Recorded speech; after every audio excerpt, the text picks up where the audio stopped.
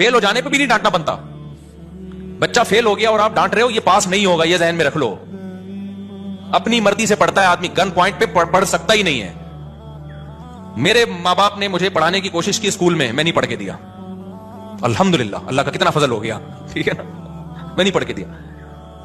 भाई हमारे शरारतों में दिल लगता था, हमारा दिल ही नहीं लगता था स्कूल में पढ़ने में। यार शरारतें, वो खिड़की से भाग रहे हैं, फिर यहां से निकल रहे, यहां से टन मारा, तो वो नहीं दिल जो ज़हीन बच्चा होता है ना, उसका दिल टिकता ही नहीं है किसी जगह। उसको थोड़ा मिचोर होने दो, तो जब उसको अच्छा बुरा समझ में आएगा, तो वो जब पढ़ाई पे आ गया तो रिकॉर्ड तोड़ देगा वो। तो इसमें भी फेल हो गया बच्चा, उस पर इतना ज़हनी दबाव, यार इतनी टेंशन के मुसीबत में पड़ जाता है वो।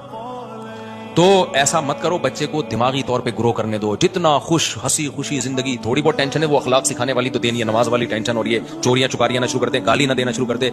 गाली दे रहे सख्ती करो उसके ऊपर, भाई ये गाली वाली नहीं चलेगी।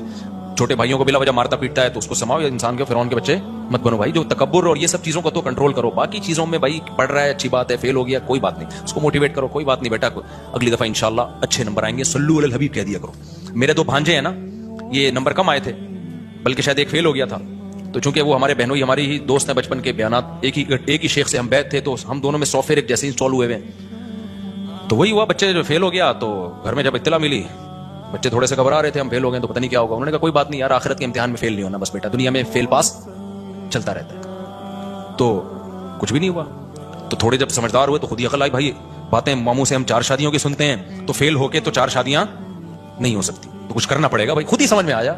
अब एक एनडी यूनिवर्सिटी में इंजीनियर बन गया है, दूसरा जामिया रशीद में अपनी मर्जी से गया है, आलिम बन रहा है माशाल्लाह।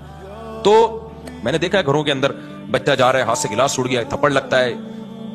ऐसे मौके पे डांटना भी नहीं बनता है, क्योंकि ये काम कोई भी जानबूझ के नहीं करता। ऐसे मौके पे आपने क्या करना है, ओहो इन्ना लिल्लाहि व इन्ना इलैहि राजिऊन। इसके अलावा अगर इससे थोड़ा सा भी आपका रिस्पॉन्स ऊपर का हुआ ना, इसका मतलब आप गधे हो।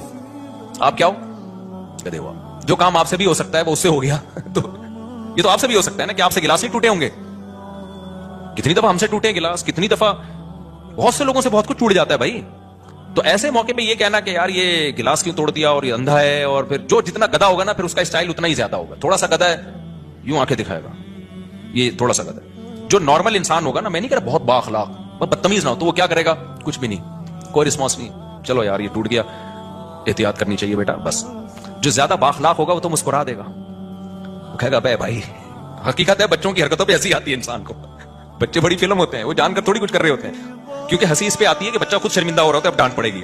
मैं अपनी बात बताऊं, मुझे तो हंसी आती है। मेरे घर में जब बच्चे इस तरह की कोई हरकत हो जाए ना, कुछ गिर गया, यूं हो गया, मैं कोई बहुत बाअखलाक आदमी नहीं, अभी आप मेरे साथ सफर करेंगे तो पता चलेगा कि कौन बाअखलाक है कौन बदतमीज है।